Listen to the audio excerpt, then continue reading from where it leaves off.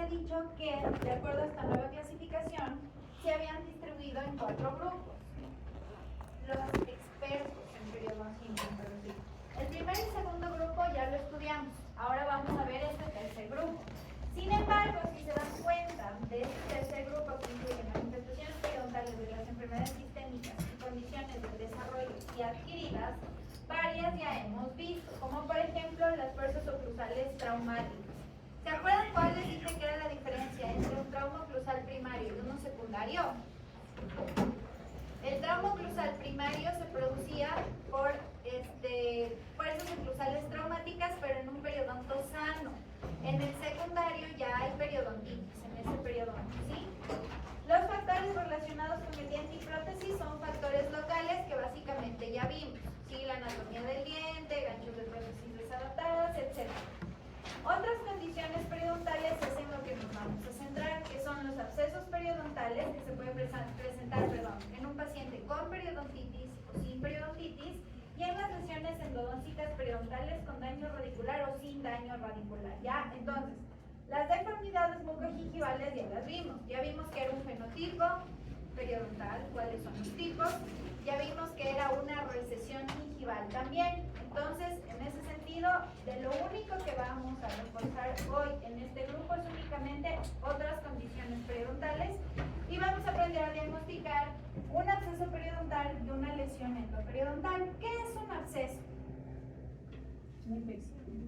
Ajá, es una infección, pero ¿por qué se caracteriza clínicamente? Porque está acumulado, tiene como un acúmulo de líquido purulento. Exacto, líquido purulento. Ajá, muy bien, y obviamente va a haber un aumento de volumen.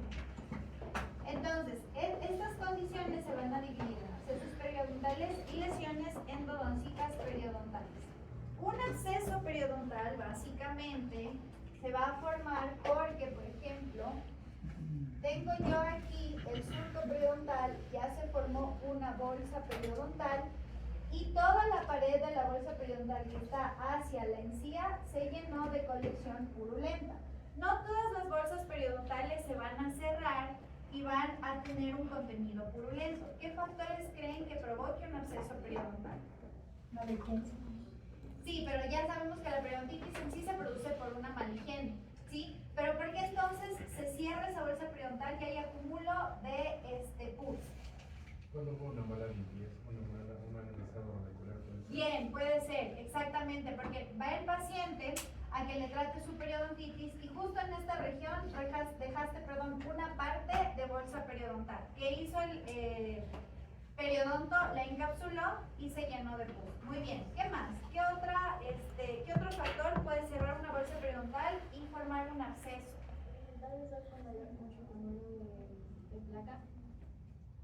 Ya, pero ¿en qué condiciones? Porque acuérdate que ya se forma la bolsa periodontal, pero ¿cuándo se hace un absceso a partir de esa bolsa periodontal? Ya nos dijo Alex que puede ser en casos en los que acudes obviamente por ese aumento de volumen, pero el raspado y el rizado radicular no es completo, no es suficiente y deja restos todavía de esa bolsa periodontal. Se cierra y se forma colección purulenta. ¿Cuándo recibe un trauma? Ahí vamos, ¿cómo? Por algún trauma. ¿Cómo cuál, por ejemplo? O sea, como que cuando es un estado muy fuerte o...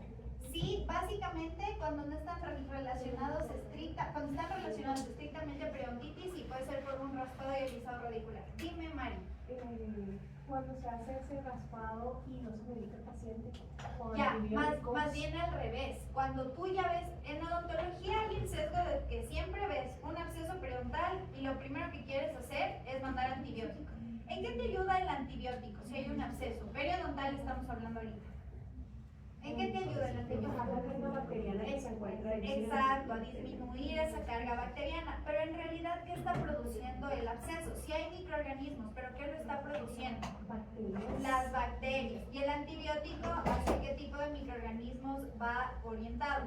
Dependiendo del tipo de antibiótico que se le medique, se le puede indicar un antibiótico de amplio espectro para bacterias gram positivas y gram negativas, o también para bacterias o para hongos. Exacto. A ver, Mari, por ejemplo, si aquí tengo una bolsa periodontal, se cerró y en esta colección purulenta parte de neutrófilos que le dan ese aspecto blanquecino a la pus, yo tengo bacterias, virus, protozoos. Si mando un antibiótico, ¿será suficiente? No. No, porque está orientada solo a bacterias. A diferencia de la tuberculosis, por ejemplo, la periodontitis es una enfermedad que no está producida solo por un tipo de bacteria, sí, o por una especie en sí, sino por bacterias, virus, hongos, protozoos, etc. Si tú quieres controlar un absceso periodontal enviándole al paciente únicamente antibiótico, quizá disminuye el volumen, pero no va a ser suficiente y hasta le puedes crear resistencia. Por eso los médicos nos hacen bullying, porque enviamos antibiótico apenas vemos un aumento de volumen de un absceso, cuando en realidad hay que contrarrestar la raíz de lo que está produciendo ese absceso. En este caso, no necesariamente, por ejemplo, en el tratamiento de un absceso periodontal, tienes que enviarle previamente antibiótico al paciente, ni después, ¿sí? Porque lo ideal aquí es el raspado y alisado radicular, drenar ese absceso. ¿Cuándo creen que sí envió antibiótico antes y después de ese raspado? Cuando el paciente tiene algún problema inmunológico. Exactamente, como una dosis profiláctica y las condiciones, cuando van a enviar antibiótico como dosis profiláctica también. Un aumento de volumen excesivo, trismus, ¿qué es trismus? Exacto, cuando ya tiene dificultad de abrir la boca ese paciente, cuando presente linfadenopatía y fiebre. Antes de drenar ese absceso, yo necesito disminuir esa carga bacteriana y ahí le vas a enviar antibiótico previo al paciente y posterior al drenaje de ese absceso. Si entonces en la encía este absceso se hace visible de esta manera, ¿sí? ¿Cómo dreno ese absceso? ¿Tengo que hacerle una incisión o qué hago? Si es un absceso periodontal, ¿cómo lo trato? Bien. ¿Qué pasa en cambio si yo tomo una hoja de bisturí y le hago una incisión aquí? Ay, más herida. Más herida, ¿qué más? No tanto por infección, más bien por cicatrización. Pueden crear una recesión gingival. En un absceso periodontal jamás hagan una incisión con bisturí. Lo que tienen que hacer es anestesiar a larga distancia para no diseminar la infección, es decir, a nivel de la línea mucogingival, y tomar la cureta periodontal y drenar por el surco gingival el absceso. El absceso periodontal no se drena por epitelio oral externo, sino por surco gingival. Así evito que haya reinfección y que se produzca una recesión gingival, porque la encía va a estar fluctuante, muy débil. Sí, como está inflamada, hubo aumento de volumen, pero cuando empiece a cicatrizar, si ustedes cortan con un bisturí, con una hoja de bisturí, se puede producir una recesión gingival, ¿sí? O una cicatriz, y peor si es región estética. Entonces siempre raspado y alisado radicular y drenaje por el surco gingival, netamente. Y puede irrigar esta región interna con un antiséptico como es el gluconato de clorhexidina y con solución salina también a presión. ¿Sí? Esto vamos a ver cuando veamos tratamiento de enfermedades periodontales. ¿Está claro esto? Listo, muy bien. Entonces, un absceso periodontal se puede producir en un paciente con periodontitis y sin periodontitis. Hemos hablado que en un paciente con periodontitis porque le das un tratamiento solo con antibiótico y se exacerba la lesión, porque no estás eliminando la causa.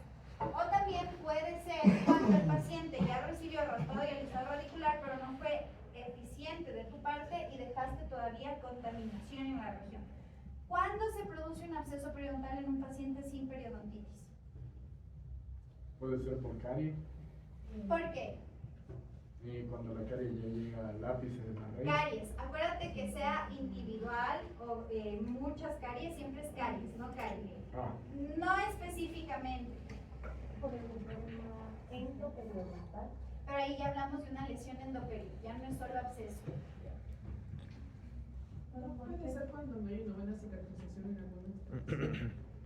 No, porque ya no tendrías periodonto, porque el diente ya no está, solo tendrías hueso y encía. ¿Puedes hacer una mala incisión en el tema de estética? ¿Puede ser? Quizá porque no hay control exactamente de la asepsia y antisepsia. ¿Creen que han comido canguil y algunas veces les ha quedado entre el diente y la encía? ¿Qué pasa? No sé sé cómo se llama esa partecita del ganglio, la verdad. ¿Qué pasa? Exacto. ¿Qué pasa si se va hasta el fondo del surco y ya ustedes no lo pueden sacar? Porque me pasó con un paciente. ¿Qué pasa si esa partecita del canguil ya no la pueden sacar con hilo dental, ya no es visible y se fue a fondo de surco? ¿Creen que puede formar un absceso? Sí, puede formar un absceso periodontal. ¿Las bandas para ortodoncia pueden formar un absceso periodontal? Por supuesto que sí, porque empiezan a violentar la región del epitelio de unión. ¿Qué pasa con las ligas para ortodoncia que también a veces se colocan? Alteran exactamente el surco gingival y también pueden formar un absceso periodontal en pacientes que pueden tener salud periodontal, ¿sí? Entonces,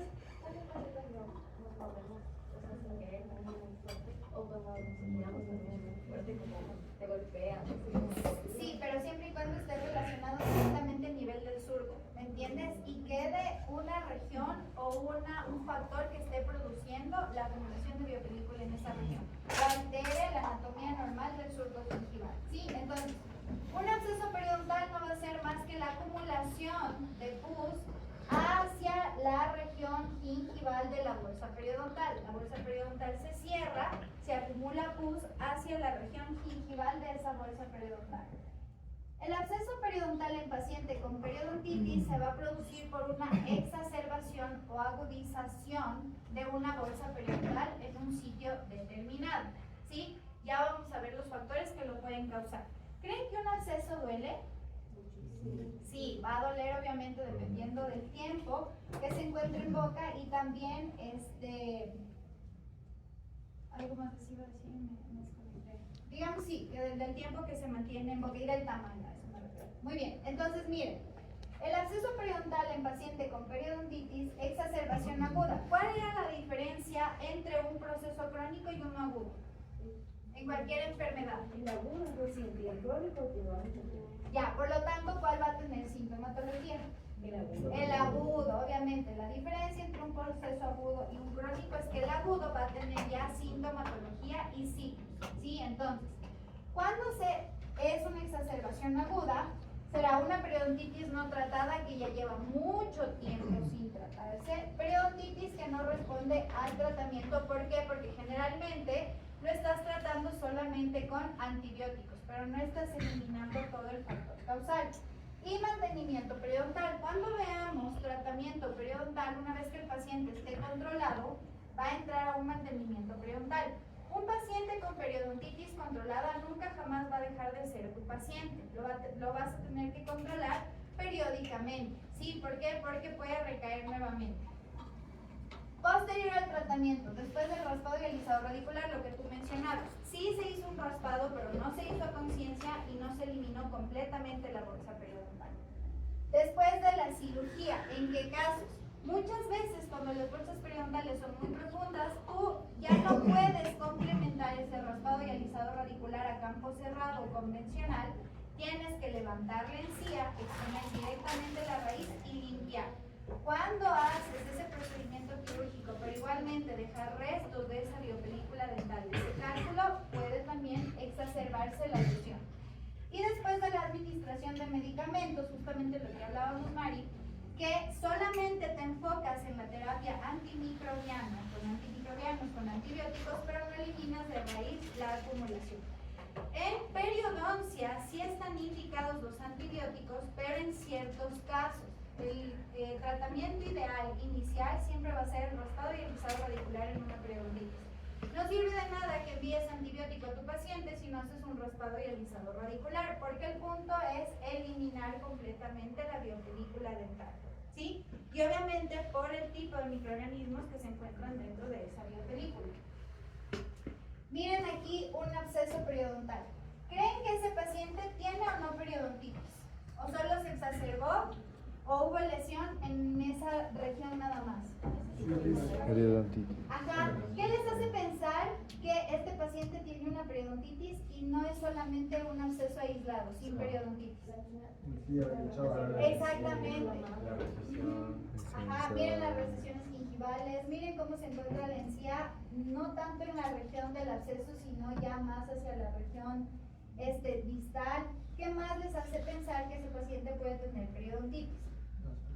También ya hubo Los dientes se pieza. han abierto, hay como pérdida ósea. Exacto, hay pérdida ósea, hay pérdida de dientes. Miren cómo han migrado los dientes hacia vestibular. Probablemente ya tengan movilidad dental. Sí, entonces, sin necesidad de sondearle completamente a ese paciente, yo puedo diagnosticar un absceso periodontal en un paciente con periodontitis. Siempre que ustedes vean abscesos periodontales múltiples, generalmente es un paciente que tiene diabetes no controlada. ¿Sí? Abscesos periodontales múltiples. ¿Ok? Entonces, el absceso periodontal en paciente con periodontitis puede presentarse como el evento agudo de una periodontitis no tratada en ciertas regiones. Por lo tanto, independientemente de que haya uno o varios abscesos, yo tendré que drenar esos abscesos a partir de raspado y alisado radicular. ¿Cuál será el plan de tratamiento en un paciente que tiene diabetes no controlada y abscesos periodontales múltiples? ¿Qué hago?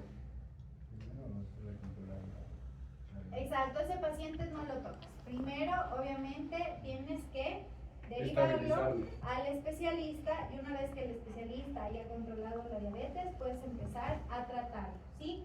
¿Qué pasa si un absceso, al menos el que pueden ver ahí a nivel palatino, no se controla a tiempo? Si el paciente, porque hay muchos pacientes que dicen, tomé una agujita, la calenté y pinché esa lesión. ¿Y la drené? ¿Qué pasa si nuevamente se vuelve a exacerbar y el paciente no toma conciencia?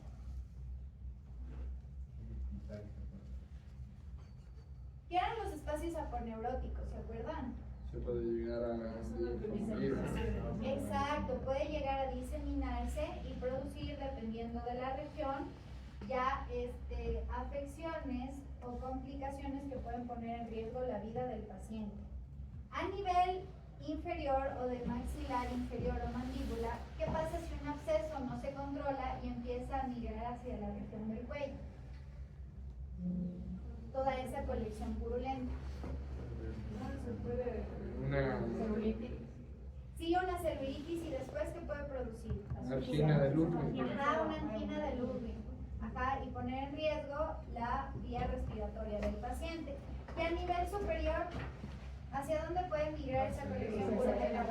Exacto, hacia el cerebro, una meningitis. Ajá, muy bien. Y es real.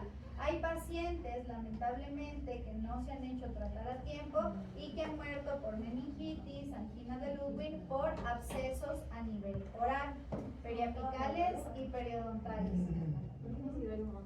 Claro.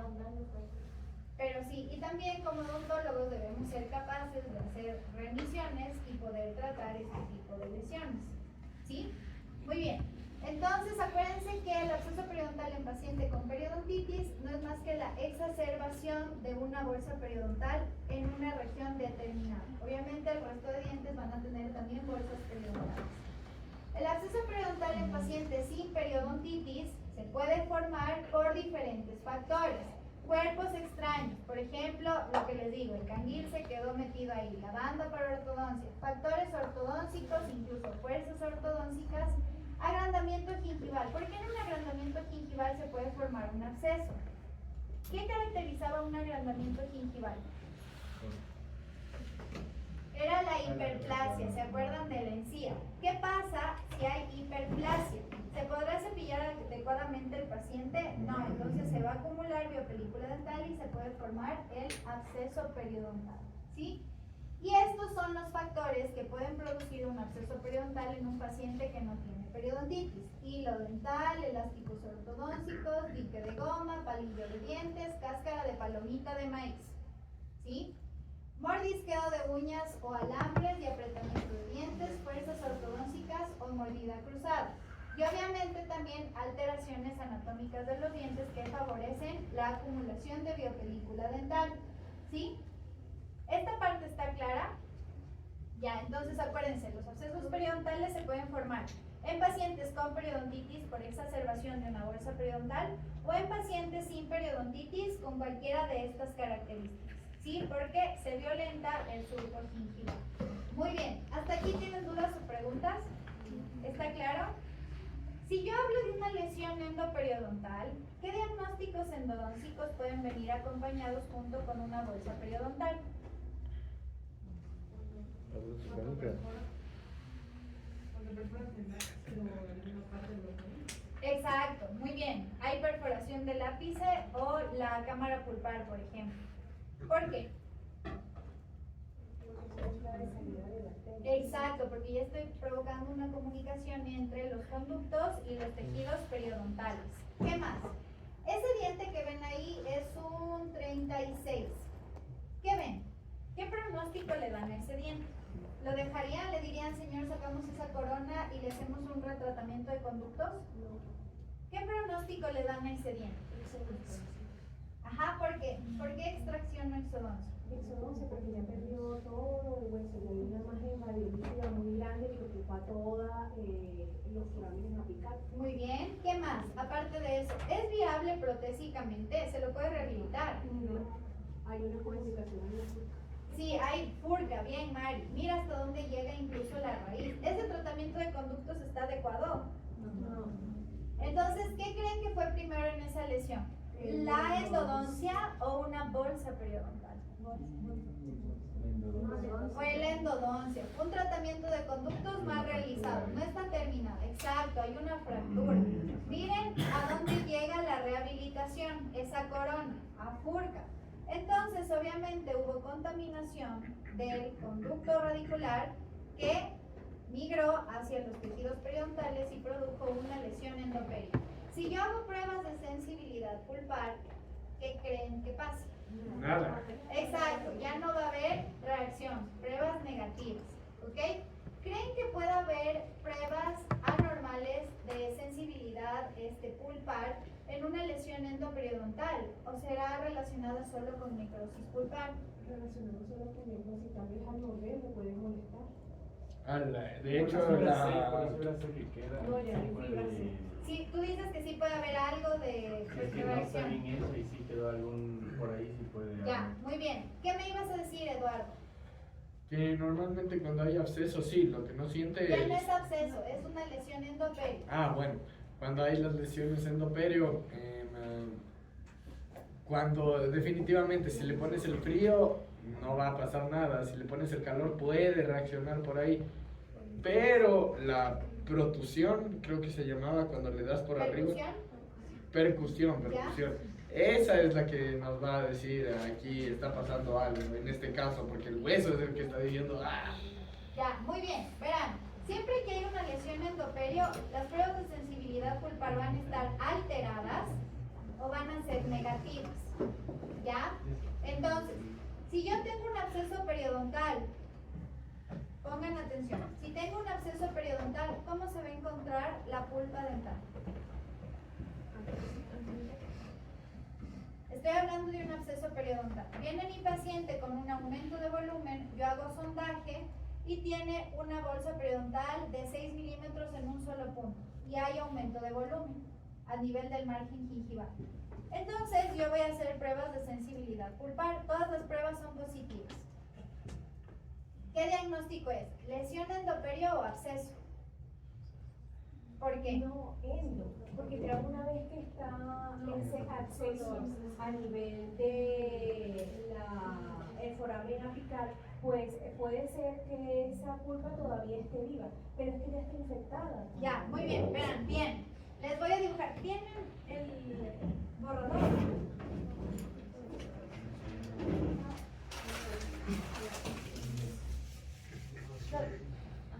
Gracias. A ver, verán. Viene su paciente.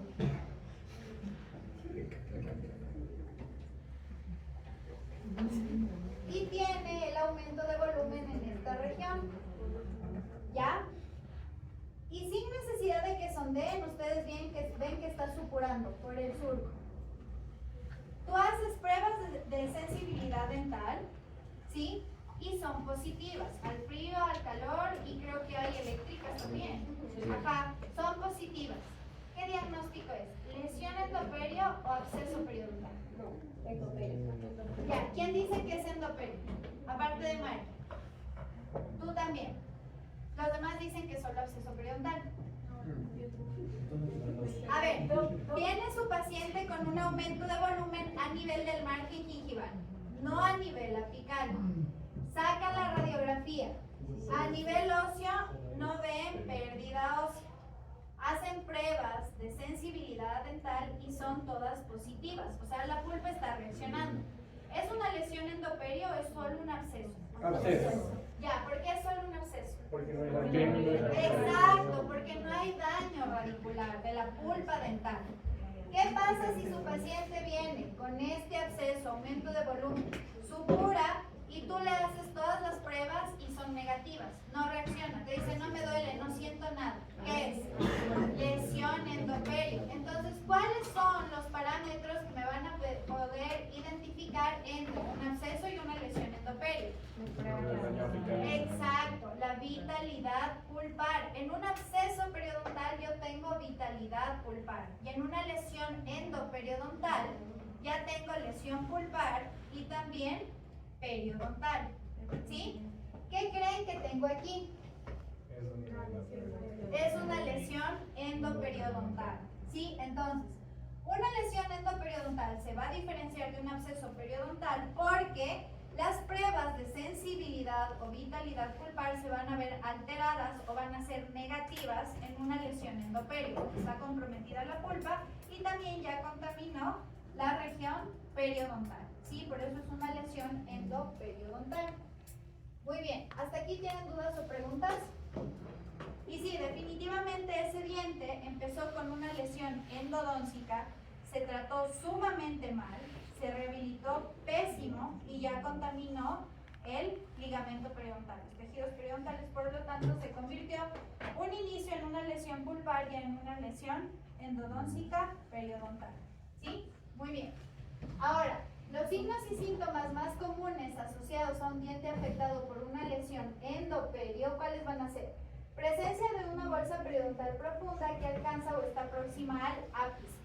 ¿Sí? Muy profundo. ¿Cuántos milímetros? Probablemente de 10 hasta 15 milímetros y más, toda la sonda periodontal. Puede presentarse resorción ósea en la región apical o en la furca. ¿Por qué? Porque obviamente ya llegó al ápice y ya contaminó toda la región del tercio medio y apical de la raíz. Dolor espontáneo o a la palpación o percusión, lo que tú mencionabas. Exudado purulento, movilidad del diente. ¿Por qué movilidad dental? Exacto, inflamación y reabsorción ósea. En un absceso periodontal puede haber movilidad. Sí puede haber dependiendo del volumen que tenga el absceso, sí, pero es más común a nivel de lesión endoperio. Presencia de un trayecto sinuoso, es decir, la bolsa periodontal se va a presentar así, no va a ser lineal, y alteraciones en el color de la corona del diente. ¿En qué casos? ¿Cuándo se pigmenta un diente natural luego de una endodoncia? Cuando ese diente fue endodoncia por un traumatismo. Ya puede ser un traumatismo, pero ¿por qué más? No fue un diente que tuvo factor biológico traumatismo. También el color del material con que se va a obturar, hay unos que son naranja y eso puede liberar ese color y hacer que los dientes se vuelvan. Generalmente es cuando dejas el material de obturación demasiado coronario. Por eso también se puede pigmentar la corona de ese diente, ¿ya? Muy bien. Entonces, para el diagnóstico de estas lesiones es importante conocer la historia del paciente en relación con la lesión, ¿sí?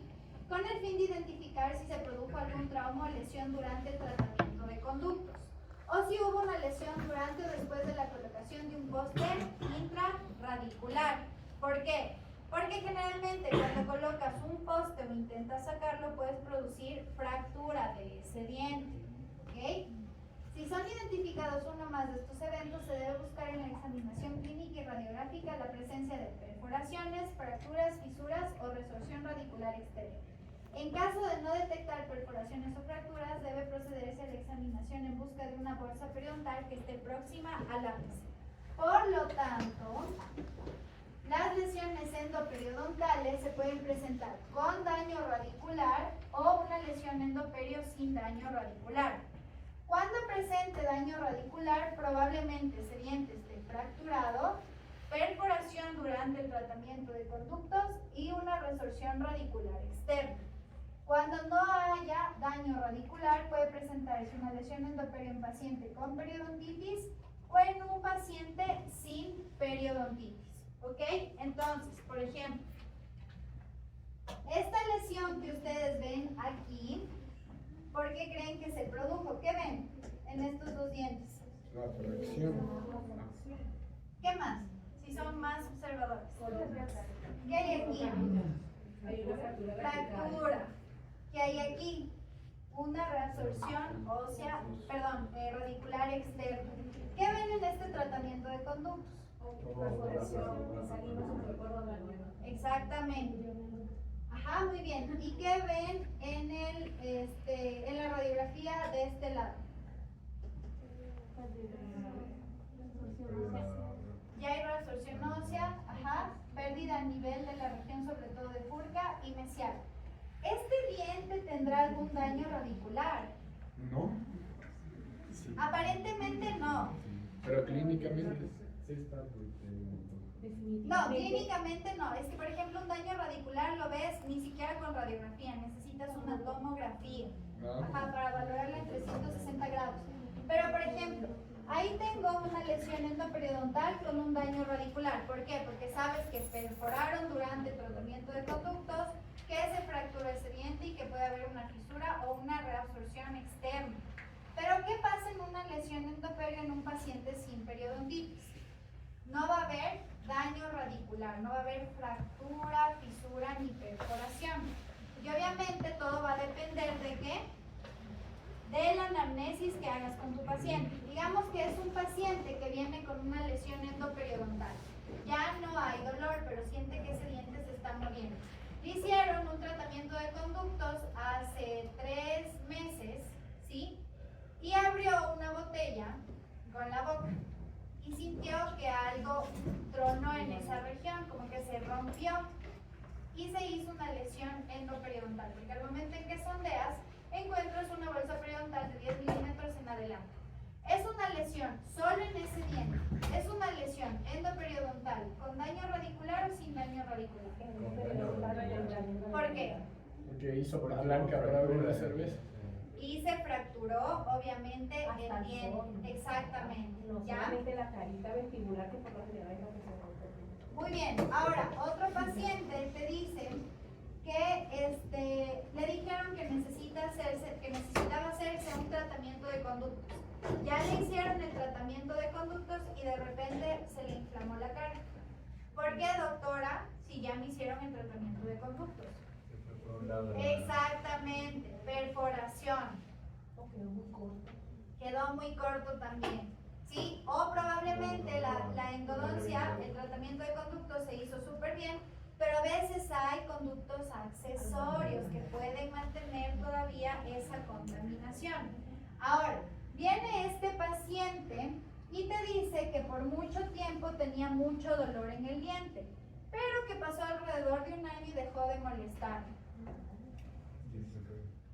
Tú revisas bien la radiografía, clínicamente le pides una tomografía y no hay fisura, no hay un tratamiento de conductos previo y no hay fractura.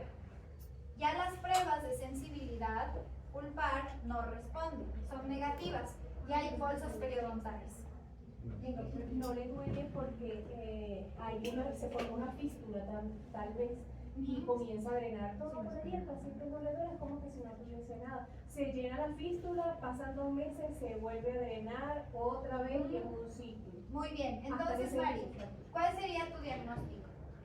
Es una lesión endoperio porque ya no hay reacción a las pruebas de vitalidad o sensibilidad pulpar y tienes una bolsa periodontal, no hay daño radicular. ¿Cuál es el diagnóstico?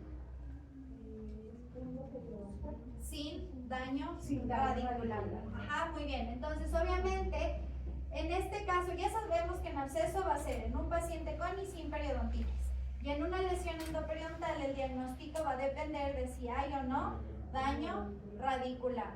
¿Ok? Muy bien. Cuando no hay daño radicular o sin daño radicular, va a ser lesión endoperio en paciente con periodontitis o sin periodontitis.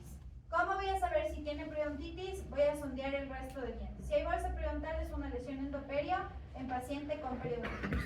Y una lesión endoperio sin periodontitis si únicamente la bolsa periodontal se encuentra en el diente que tiene lesión endoperio. ¿Ok? ¿Esta parte está clara o ya se perdieron? ¿No? A ver, diferenciar entre una lesión endoperio con daño radicular y sin daño radicular. Ya, con daño radicular sabré si es por fractura, perforación o reabsorción. Y si es sin daño radicular, se va a presentar en un paciente con periodontitis y sin periodontitis. ¿Cómo sabré que es con o sin periodontitis? Cuando se sondea. La Exactamente. cantidad De la bolsa. De bolsas periodontales presentes. Si la bolsa periodontal está presente solamente en la lesión endoperio, será un paciente lesión endoperio sin periodontitis. Y si hay bolsas periodontales en el resto de dientes, una lesión endoperio con periodontitis. Aparte, cuando no hay daño radicular, se va a dividir en un grado 1, 2 y 3. Si la bolsa periodontal en ese diente que tiene la lesión endodóncica también es estrecha y profunda, va a ser un grado 1. Si esa bolsa periodontal es amplia, va a ser un grado 2. Y si tiene más de una bolsa periodontal en el mismo diente, grado 3. ¿Cómo yo sabré si una bolsa periodontal es estrecha o amplia? ¿Pero cómo? Exacto. Tú sabes que es profunda porque tienes milimetrado, 1, 2, 3, 4, etc. Pero ¿cómo sé si es angosta o ancha? Dependiendo si entra en medio, si es glacial, en distal o si... Porque tengo que mover. Si tú ves que se limita este movimiento horizontal, es estrecha. Si se extiende más allá, es una bolsa periodontal amplia. ¿Ya? Entonces, independientemente del grado 3 de que sea angosta o amplia, se va a presentar en más de 2 sitios. ¿Sí? Entonces, por ejemplo, les pongo un caso clínico. Es un paciente que llega a tu consulta odontológica porque le hicieron un tratamiento de conducto